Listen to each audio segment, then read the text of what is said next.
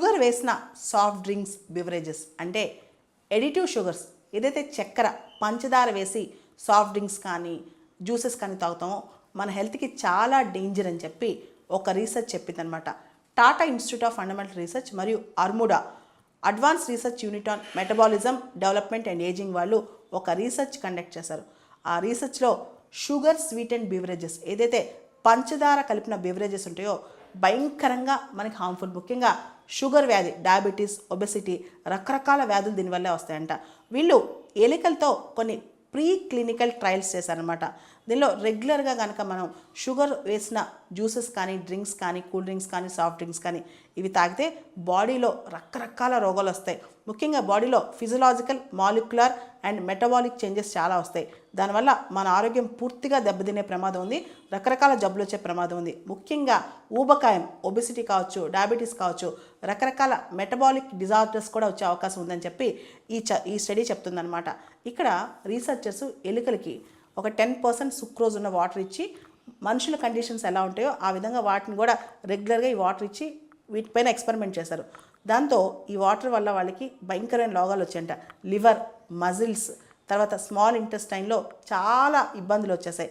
ప్రత్యేకంగా small intestine ఏదైతే ఉందో దానికి సంబంధించి గ్లూకోజ్ ఇంబ్యాలెన్స్, బాడీలో గ్లూకోజ్ ఎక్కువైపోయి మిగతావి ఏదైతే ఫ్యాట్స్, అమినో యాసిడ్స్ ఇవన్నీ తగ్గిపోయి బాడీలో కంప్లీట్గా న్యూట్రిషన్ ఇంబ్యాలెన్స్ వచ్చి మనుషులు చాలా ఇబ్బంది పడతారు. ముఖ్యంగా లివర్ కానీ, మజిల్స్ కానీ వీటి ఫంక్షనింగ్లో చాలా తేడాలు వస్తాయి. అండ్ మన బాడీ ఇన్సులిన్ రెసిస్టెంట్ అయిపోద్దంట. మనం అధికంగా షుగర్స్ తీసుకోవడం వల్ల బాడీ ప్రొడ్యూస్ చేసే ఇన్సులిన్ సరిపోదు, ప్యాంక్రియాస్ ప్రొడ్యూస్ చేసే ఇన్సులిన్ ఇంకా సరిపోదన్నమాట. సరిపోక మనం ఇన్సులిన్ ఎక్కించుకోవాల్సి వస్తే ఆ టైంలో ఒక్కొక్కసారి ఇన్సులిన్ డోసేజ్ పెంచుకుంటూ పోతే చివరికి అది కూడా మనకు చాలా ఇబ్బంది అనమాట. రకరకాల రోగాలు వస్తాయి. కాబట్టి ఫస్ట్లోనే మనం ఏదైతే సాఫ్ట్ డ్రింక్స్ ఉన్నాయో, ఏదైతే బెవరేజెస్ ఉన్నాయో, జ్యూసెస్ ఉన్నాయో వాటిలో ఎడిటివ్ షుగర్స్ ఎక్కువ యాడ్ చేయకుండా మనం తాగాలి. షుగర్స్ అస్సలు ముట్టుకోకూడదు. విపరీతమైన షుగర్స్ వేసుకోవడం వల్ల consumption of sugar beverages will cause obesity, diabetes, దాంతోపాటు రకరకాల రోగాలు అనమాట. ఇవి చివరికి ఫ్యాటల్గా అవుతాయి అనమాట. మనుషులు చనిపోవడానికి కూడా ఇలాంటివి నెమ్మదిగా ఒక్కోదానికి పైలప్ అయిపోతాయి. కాబట్టి ఈ స్టడీ ప్రకారం అర్ముడా వాళ్ళు, TIFR Tata institute of fundamental research వీళ్ళు చేసిన స్టడీ ప్రకారం ఎలుకల మీద వీళ్ళు స్టడీ చేశారు.